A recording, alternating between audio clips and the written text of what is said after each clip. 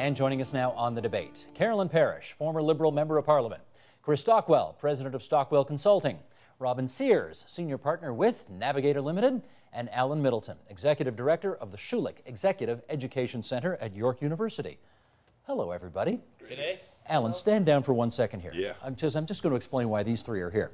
You three, you three all have obviously a great deal of experience in the political world, and you were unusually candid when you were in that world, sometimes to your own personal detriment, which is why we wanted to have you here tonight, because we want to have a very candid conversation about whether, anyway, you get it.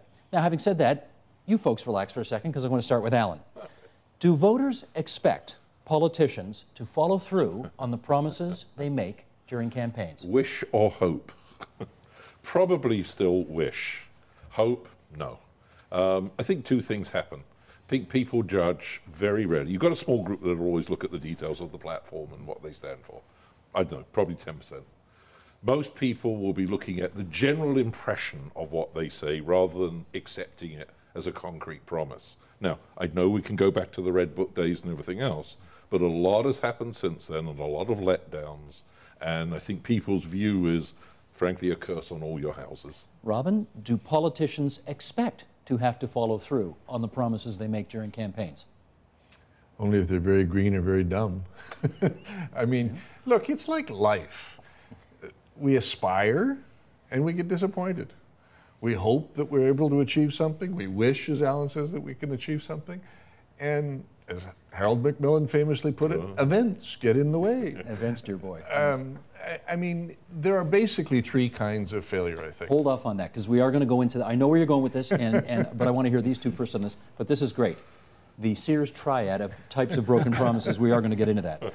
But let me ask you, Chris, when you ran for office, did you fully expect to have to make good on every promise you made, whether you were running for Metropolitan Toronto Council, provincial government, whatever? Yes. You did? I did. You're the one. Well, I was easy. It was easier for me. My constituency was predisposed to my political point of view, so it wasn't like I was campaigning in a mixed community. If I said I want to cut taxes and reduce welfare and do all those things, and they would nod their heads before the election. So I really didn't have too much difficulty after the election. Frankly, I think Conservatives and NDP have it easy. Well, the NDP a little more easier because they don't get elected governments. But we have a very, reasonably close-minded group of people who are predisposed to agreeing. It's the Liberals that have a tough job. They claim to have a big tent. Their tent is full of right-wingers, left-wingers, and they're a mess. I don't know how they ever expect to keep a promise. Why don't we ask one? That was rude. I don't mean that to be rude. I mean it to be factual. I'm sorry. What about it? The promises that you made during campaigns when you ran, either on Mississauga City Council or in the federal parliament, did you really fully expect to keep all of the ones you made? The ones that I made running for council, yes, because those were my pledges and they were personal and I was an individual. The ones as part of a party, you always have a cautionary note in the back. Wait till we open the books, wait till we see what the budgets are. There's all kinds of provisos. But I will tell you, I read the Red Book and I loved it, and I went into Ottawa thinking we were going to do all those things. So I'm a bit of a Pollyanna. This was in 93. 93. You should have been an NDPer in 1990. I was an NDPer in university. I Reading grew up. Agenda for People if you're a Pollyanna. Yeah. Because that was another example that they put that out there. There wasn't a chance in hell they were going to My recollection was there was something called a very bad recession in 1990, which may have affected some of those promises. And maybe, but there was also the fact that they never thought they were going to win. That's true, too. I think there's an interim stage, though, which is, I do think, and there is evidence for this, that voters expect the general direction of the promises to be kept.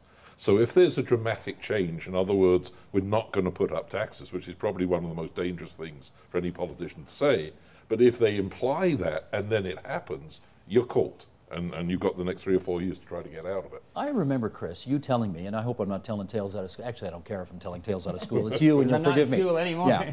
I remember you telling me in 1995 when the Common Sense Revolution was unveiled and Mike Harris promised a 30% income tax cut. I said, is he really going to do this?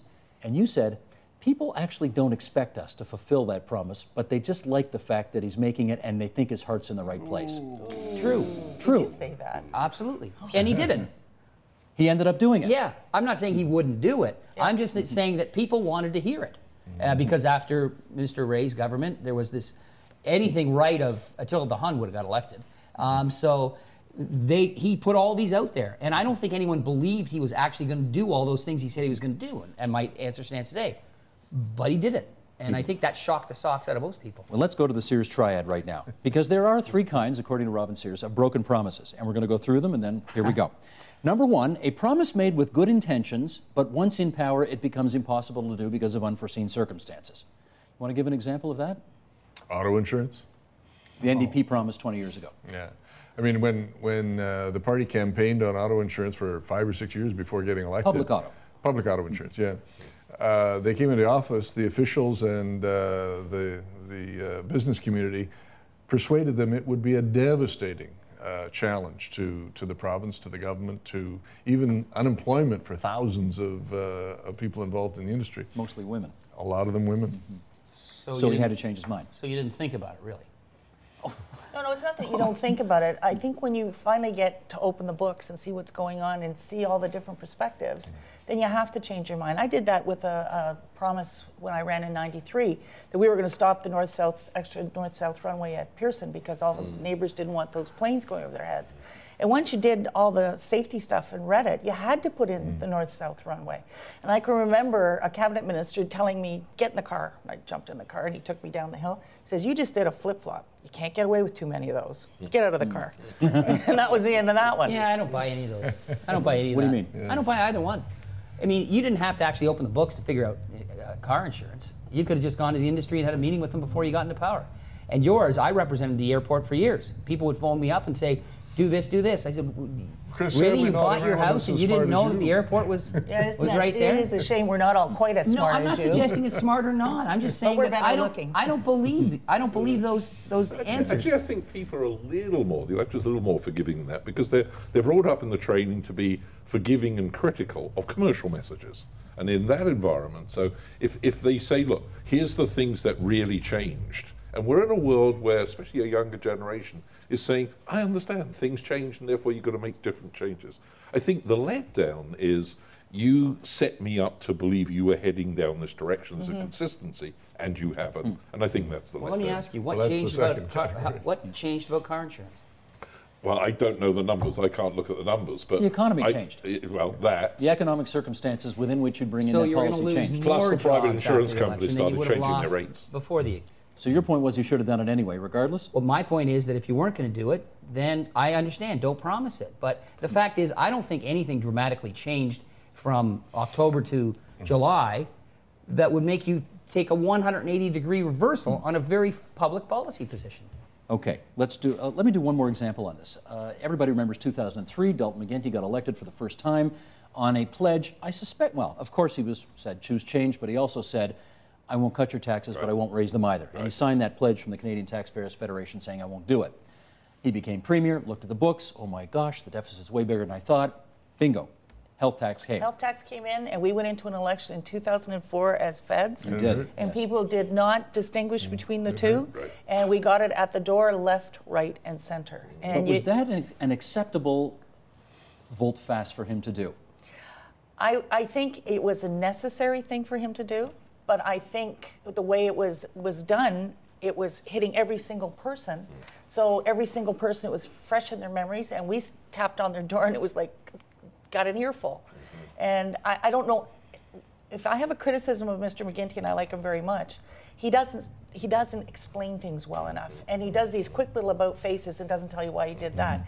What you want in your politicians is if you're going to change your mind on something that significant, you better consult with me, you better package it so I understand it, show me I need to see it in writing. Having said that, he went to the people 4 years later and got reelected. Yep. But I'm with Alan on this one. You know, politicians who promise never to lie to you and never to raise your taxes are just waiting for disaster. Absolutely. It happened to Jimmy Carter. It happened to George Bush.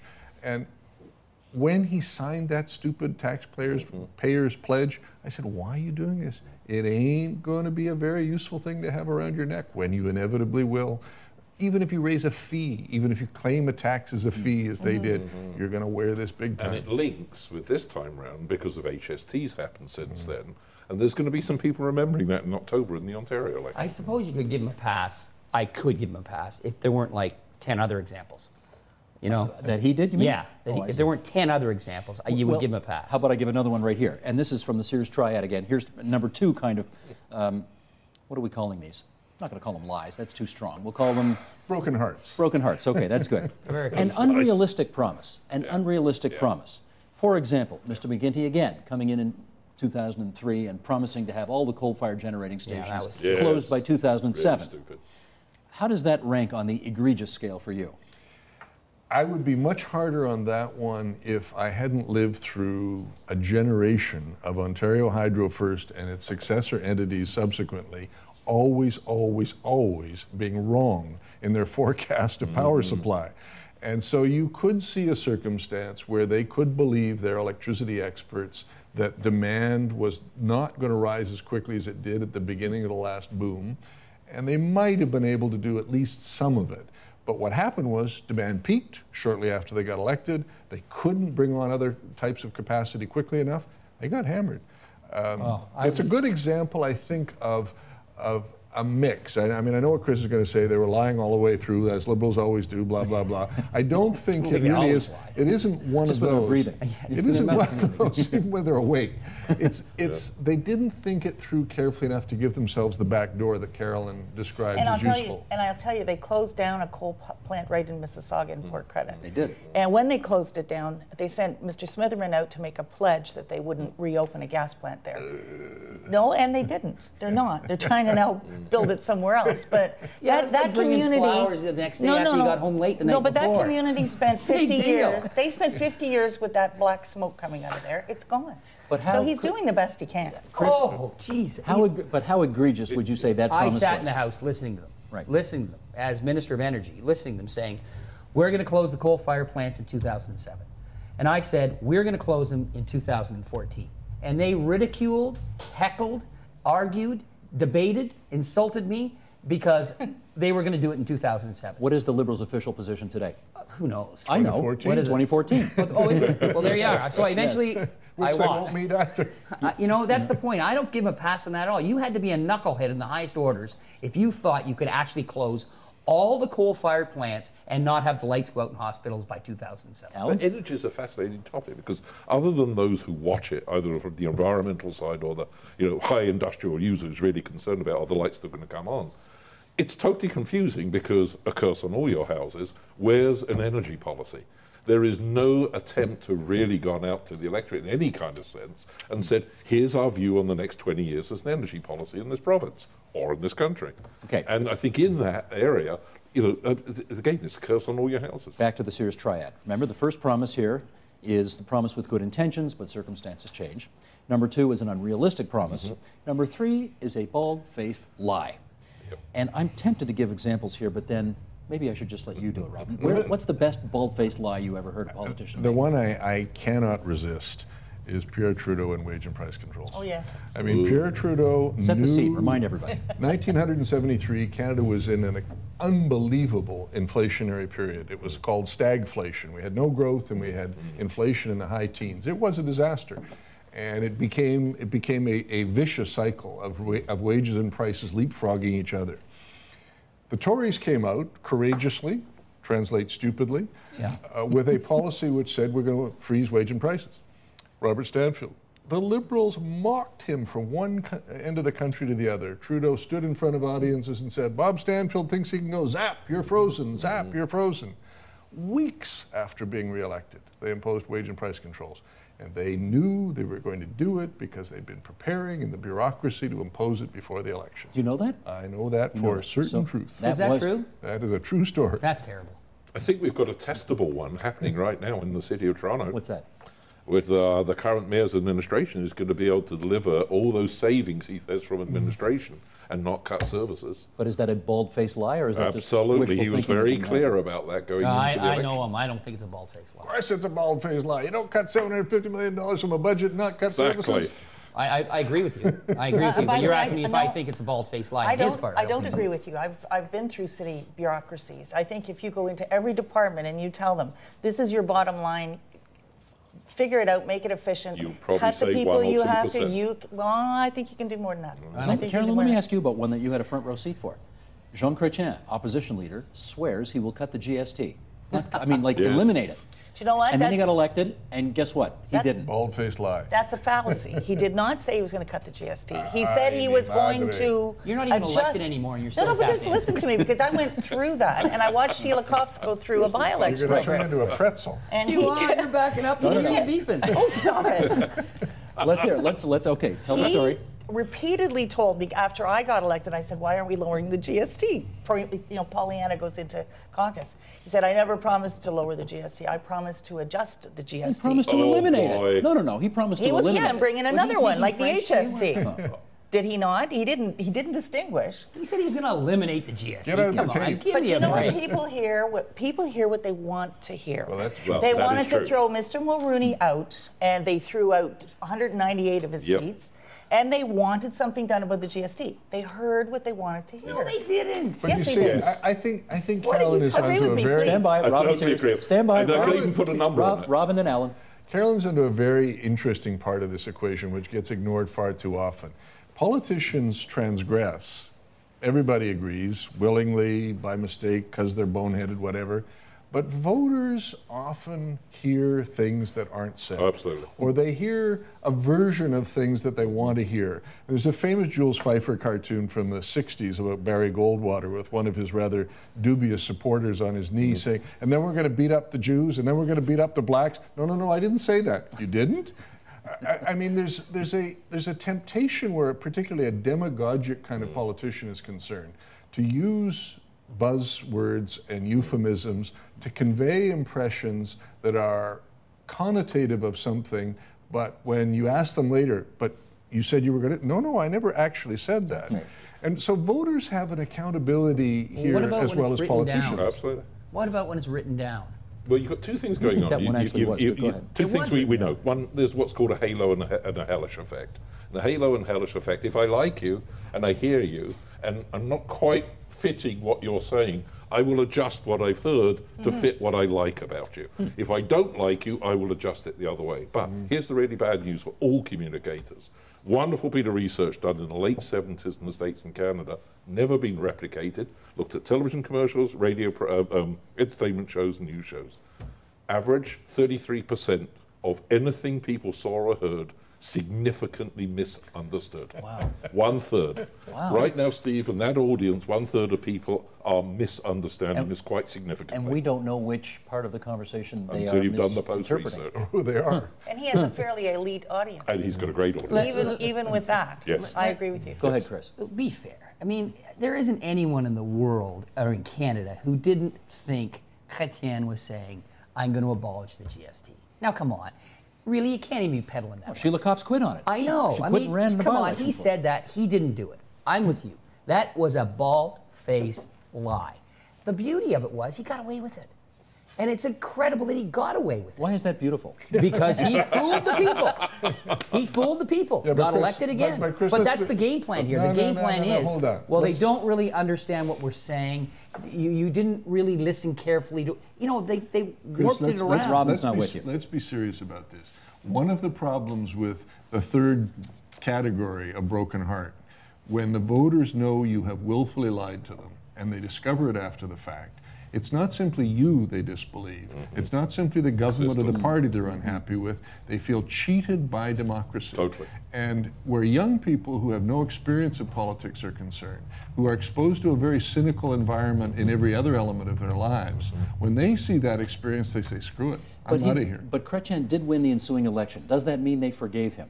I mean, some people did. Some people, But, enough people did. but a significant number of other people probably Comparative said, to the I'm out of alternatives, politics. they may have Well, believed give me it. an administration that didn't lie then. I mean, I hear this all the time. Well, you're going to disenfranchise the young and so on, blah, blah, blah, blah, blah. It seems like we can list any administration, any government, and they lied. But do you understand, when you're going into an election, you're really only playing to the 15% of the population that shifts back and You got forth, okay? And they're not particularly studious. Just They're explain that. There's shift- only 15% of the votes that are in You've got play. hardcore switches. liberals, you've got hardcore Tories, and you've got everybody else in their little places. Then you've got the soft liberals and the soft Tories, and every election is just shifting them like this, Yep. back and forth. Now, to get through to them in this age of media where you've got 20-second clips playing 24 hours a day, you have to tell them something punchy. those are the 10 or 15%. They want to hear what they want to hear, or they want to hear something very punchy, and then you go, okay, then you can watch them shift. So you lie to them. And politics. No, I've never lied in my life. No, I don't understand the That's point, my though. problem, Chris, if I lied a little more often. So I don't Brands understand. in politics are like brands in the commercial area. And one of the things Canada evidences is it's very rare that people get killed. They die the death of 1,000 cuts. So it's not one broken promise Yes. that people see as a broken promise I that agree would with that. defeat you. It's a consistency of I pattern agree with over that. time. We are slow responders, but then we walk. It's cumulative. Let me try this with you guys. You're all very savvy political observers here, and yet I wonder how many of us would have anticipated the facts that I'm about to adduce into evidence here. There were no weapons of mass destruction in Iraq, as George W. Bush insisted And- there were, and as and many Tony other, Blair. and Tony Blair and the Israeli Mossad insisted they were there, and many other security services around the world. He was reelected. BC Premier Gordon Campbell said he wouldn't bring in a harmonized sales tax, and then he did. Now, on the scale of egregiousness, it seems to me fudging about weapons of mass destruction would be more important than fudging about a tax you either were going to or not going to bring in. Campbell, of course, his popularity sank like a stone, and he had to leave of his own account before the voters showed him the door. Robin, how do you know when a broken promise will bite you in the backside or won't? Well, it's the joy of politics. You never do. I mean, I think that the scale question or the depth of offense question has to be placed in the context of the political environment you're operating in. In Gordon Campbell's case, I think it was the straw that broke the camel's back. I think there were a series of things that a late second-term government, third-term government, I guess, had done to accumulate stuff that people were unhappy about, and it just sort of tipped the balance. And that's the other thing about democracy when it's working well, where broken promises are concerned, that is self-correcting. You know, you come in on a wave of optimism with all kinds of zeal and promise and energy. It's disappointing because you can't deliver everything you promised despite the best will in the world. You get thrown out, the new guys try it. You know That's what, the way it's though? supposed to work anyway. I think you'll agree with me too. There is something called political antenna, and some people have it and some people don't. It's a gut instinct. It's a gut instinct. And frankly, if you find somebody who has it, keep them very close, because they'll look you in the eye and say, my friend Tash isn't going to buy this. This is not saleable. And you say, why? Really can't give you a good answer, but I know in my gut, this stinks. Who was the best at that you ever saw? Best gut? Chris Hodgson, Chris Hodgson. by a mile. Really? He just knew. You could go to him and he knew what was going, what was Former coming down. minister in the Harris government. Yeah, for those who he don't was remember. really, really good. Do you know who else was very good? Was Mr. Chrétien. Yes, When he for sure. brought in the Every leader's clarity very bill, For he sure. said, listen, I have served my country, I've been prime minister. If I'm wrong on this one, gang, Absolutely. I'll resign happily, you replace me and you get rid of it. I think every His Lots of people gut- thought he was wrong. And he wasn't. And I said to him, he said, you know, you let sleeping dogs lie, everybody kept telling me. I said, yeah, well, if you're going to put a muzzle on a dog, you wait till he's asleep. You don't go when he's biting you. But it's funny too, there are bad ones too, who have power. I mean, I know a couple, I like Norm Sterling to death, great guy. I wouldn't follow his political judgment. Sean Conway was another guy with the Liberals. Great guy, great speaker. Didn't really understand mine was, you know, basically street logic.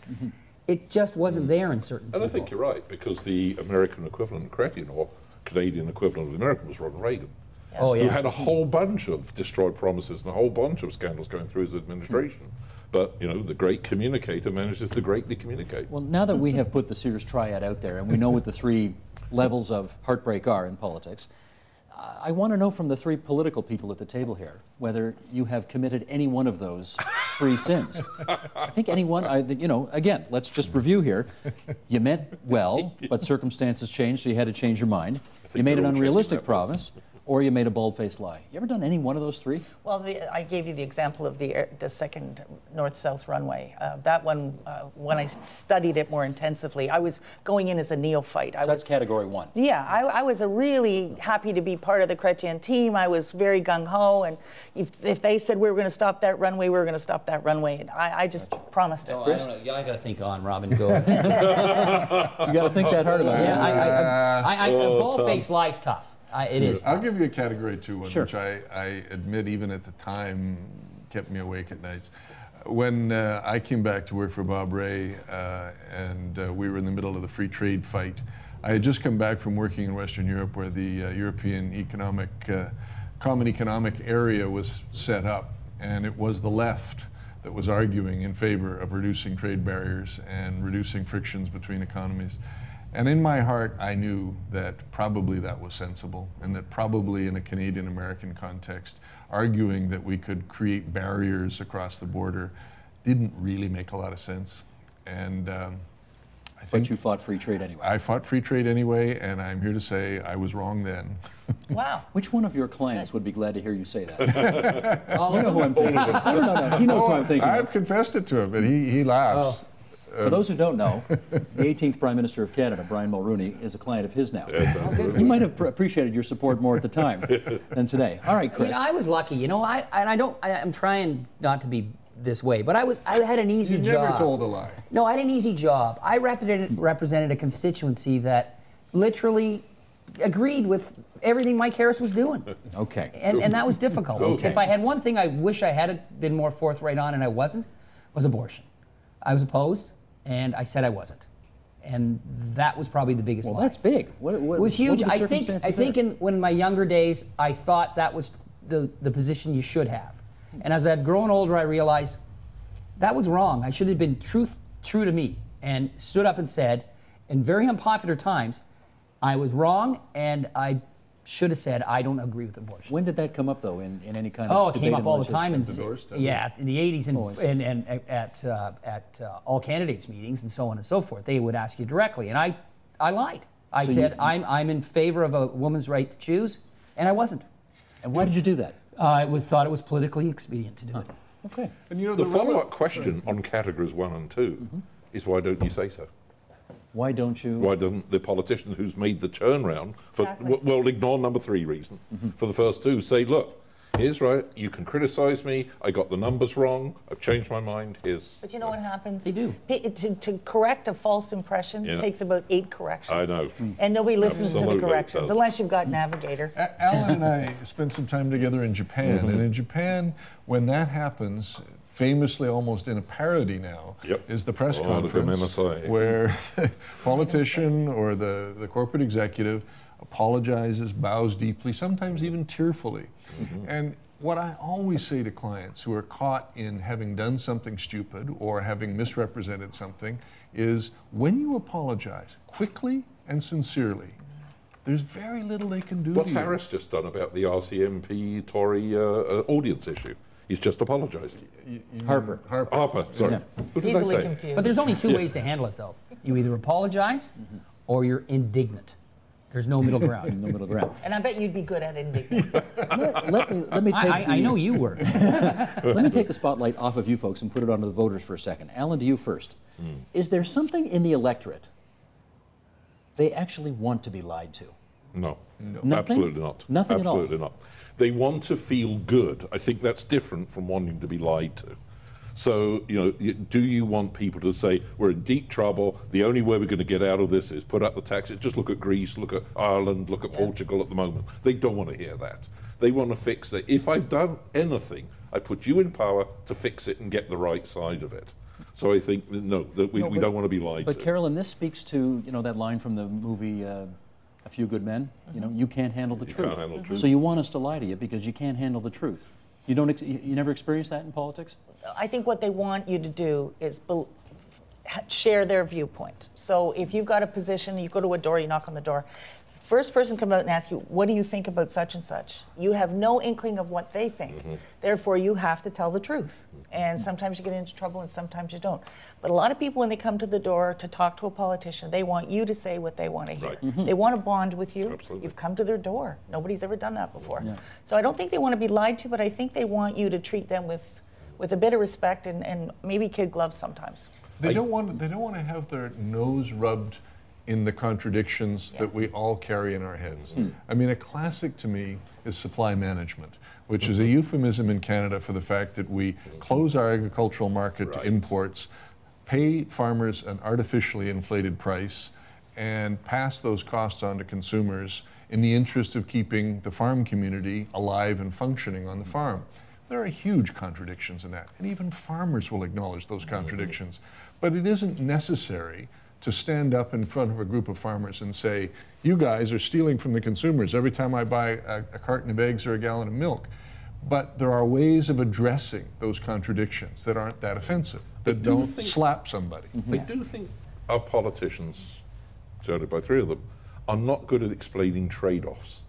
Yeah. And Well, I think hard. The media gives them 10 seconds to make a I point. realise that, and that's one of that's one a of the very good issues. point, Alan. But you know, look, we should be doing this now. Let me tell you the downside of this and why I've decided this. But- you know, And here's what'll happen if we don't. That's right. I take it out of the media to some degree as well. I think Yep. that they are, look at this campaign. We're talking about some 21-year-old kid who couldn't get into some function. That's the news cycle for No, 2 or but 3 that's days. because it's a small thing that represents a big thing. Absolutely. Really? Yeah. We Yes. shouldn't be That's talking. why. Well, I don't think so. I think basically it's a silly little discussion when we could be talking about really important issues. And how could it have been stopped, Chris?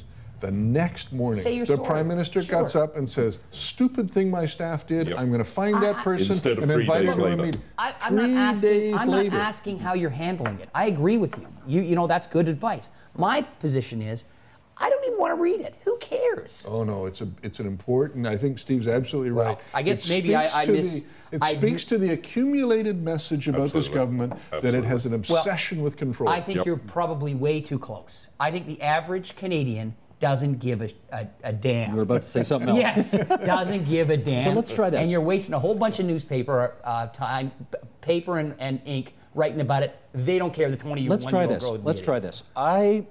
I don't know this for sure, but I got a hunch that if you surveyed the majority of the economists and people who think about these things in this country today, you would have people say the following: we have a massive, historically large deficit and debt in this country right now.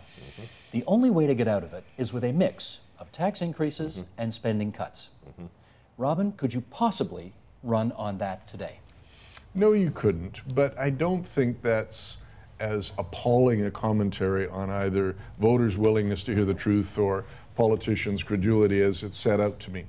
I mean, put it in a personal context. Put it in the context of one's own life. You have aspiration to buy a new car or a new house or a rug, and you know you don't have enough money. And so you put a little bit more in a credit card than you should. You go a little further into debt than you should. I mean, how many people, if not having actually done that, have been tempted by that prospect in their personal life? A lot. Government is very similar. You know, the temptations to do things you shouldn't do for good reasons. But it gets back to this issue, Chris, of whether we as voters want you as politicians to lie to us, because we all know that the only way to get to balance, sooner rather than in our children's lifetime, is with a mix of spending increases and, spending cuts and revenue increases. I don't know how you want to do it, but that seems to be the magic formula. Yeah, I'm And not so yet- sure it's a tax increase, but yeah, there's got to be more revenue. I More agree with revenue, that. right. It's got to be more revenue and less spending. Yeah, I think the public, you're right, Robin. I don't think they really want to hear that a lot of times. Often So they when I can't would handle the think- truth. Yes, I agree 100%. Quite often you can go out to the electorate and say, well, I'm going to cut services. Well, I don't want you to cut services. Then I have to raise your taxes.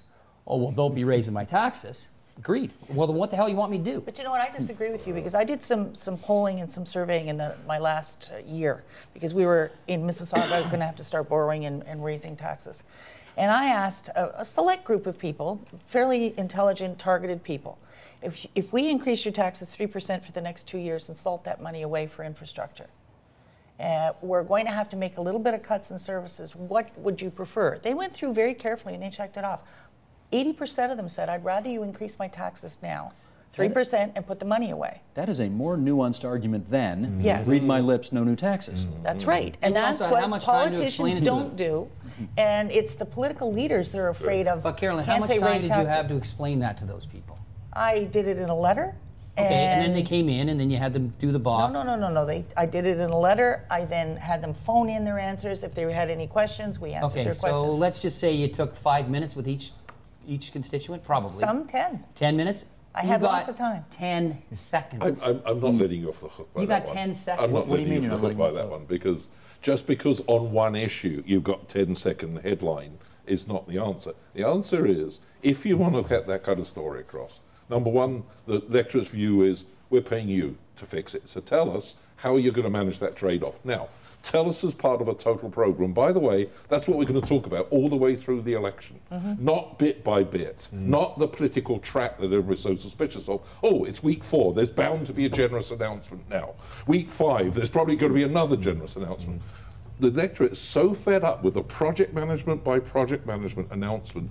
Where's the damn vision? And I don't believe that for The a second. strategy is... And I don't believe that for a second. Businesses are about strategy and setting the whole thing together. Politics has moved totally away from strategy. No, that's not true. That's just not true. The fact of the matter is this, is the public isn't taking the time to spend the time you would like them to spend to understand each platform of every party. No, we're underestimating the public. We are You underestimating think the so? public. I think Yes, you could go I out and do. ask who the first prime minister candidate is to the That's people a of this quiz. country, and 20% That's of a them, quiz. 80% No, might You're You're wrong. forgetting one very critical thing, which is people are amazingly intelligent about things that directly That they affect them. care about. Exactly. But Alan, wouldn't you agree that the challenge that politicians, and indeed all governments, I think, in the Western world at least, have now is there's no credibility to the promise. I know. People don't believe that if you were to set out the proposition that you described, Steve, that you would in fact achieve the outcome you're promising. You'd probably simply achieve higher taxes and not much reduced spending. So there's a credibility or brand integrity, I guess you would call it, problem. I think the issue is the credibility shifted. It's no longer at the national level, it's no longer at the provincial level, it may be diminishing even at the metropolitan, particularly the city level, it's in the local issue. So we're in a local issue, we're moving to a local issue-based economy I don't know what that means. and political What does system. that mean? I mean, the danger is it becomes one issue. In other words, if something's going to affect, for instance, the north-south runway and immediately around you, they're going to be That they get. intensely interested in that issue. And raising their taxes federally and provincially doesn't impact them? But only as accumulation of a bunch of those things that affect Yeah, them on a local level. I really think that you think that we are, you know what, we're geniuses and we've come up with this. This is what we need to. You don't think if it worked, a political party out there might be actually doing what you suggest. It doesn't work. But if Chris the is right, 30-second hit, the 10-second interview, the ad that's negative, whether you like it or not, they work. And what's been the consistent pattern of electoral engagement? I'm not suggesting to you that it's the best way to do it. I'm just telling you that's what gets you elected. but if you're right, and that people want both better services and lower taxes, Yes, and they do. We have a problem. which they do. Houston, we have a problem. Yes. Right? Whoa. Therefore- I don't think you've got any policy support or any poll support that said lower taxes. No, I agree with you. What? I think So you've got frozen service taxes. protection and minimize any increase in That's right. taxes is what I'm seeing in all If the you can polls. explain the increase to people, they accept it. Oh, I don't think so. Absolutely. I'd like you to watch I'd Hazel like you to see McCallion you in this sell next that. budget. I'd like you to see you sell that. Well, You're going to increase your taxes, and here's how I'm going to go about doing it. Well, I think we're going to see a very interesting test case of this in Ontario this fall, Steve. I mean, we're going to see the battle of 1995 refought again, and the McGuinty government is going to say, we are not going to cut your taxes, but we are going to protect your services. And Mr. Hudak is going to not cut your taxes, even though he pretends he will, and he really will cut your services. Flip the story around, put the faces in a mirror, Mr. Hudak will be saying exactly the opposite thing. So it'll be a very interesting test case of what voters think I'll about take a bet that on that particular test occasion. case. I think Hudak smokes him. Smokes him. Well, that is if a that's surprise, if that's the Chris. That campaign. is a No, I'm not. astonishing. I didn't say that we were going to beat them in the previous campaigns. I didn't. I said the Liberals will win. But if you're telling me if that's the campaign story, Hudak will smoke him. On that note of inspirational prognostication for the fall campaign, I thank everybody for Thank coming you. on this Thank program you. today. That was fun. And we need to revisit the Sears Triad. That is an interesting list of promises. That actually is very interesting. Carolyn Parrish and Robin Sears on the left-hand side of the table, geographically and politically. Chris Stockwell and Alan Middleton on the right-hand side of the table. Thanks so much, everybody. Thank you.